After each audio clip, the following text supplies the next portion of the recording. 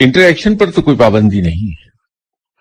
اگر میں یہ سمجھتا ہوں کہ فلاں صاحب کے ساتھ میرا کوئی تعلق بن جائے اور وہ میری تقدیر میں نہیں ہے یا ان صاحب کے کہنے کے مطابق وہ ڈیزائنز آف نیچر کا حصہ نہیں ہے,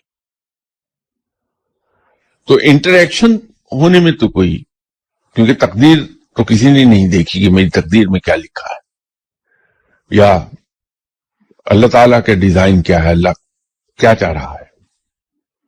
تو اس آدمی سے جس سے میرا کوئی تعلق قائم ہی نہیں ہونا ہے, میں اس سے بات ہی نہ کروں, اس سے کوئی انٹریکشن ہی نہ کروں, یہ ہو ہی نہیں سکتا. تو اس طرح تو ایک سوشل کیوس پیدا ہو جائے گا, افراتفری کا عالم پیدا ہو جائے گا. یہ بالکل ایسا ہی ہے کہ میں یہ سوچ کر محنت نہ کروں, ایفرٹ نہ کروں کہ یہ نوکری ملنا تو میری تقدیر میں لکھا ہی نہیں, یا یہ ڈیزائنز آف نیچر کا تو حصہ ہی نہیں جاب, تو میں اس کے لیے ایفرٹ نہ کروں. مجھے کیسے پتہ چلے گا؟ اس چیز کو چھپا کے رکھنے میں حکمت بھی یہی تھی اللہ تعالیٰ کی.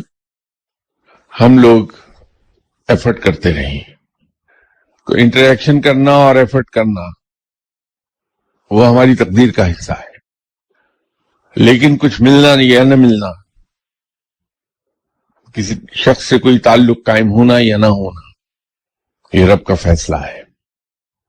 اور رب بہتر جانتا ہے کہ کیا چیز ہمارے حق میں بہتر, کون شخص ہمارے حق میں بہتر, اور وہ کوئی فیصلہ نہیں کرتا جو ہمارے حق میں بہترین نہ ہو.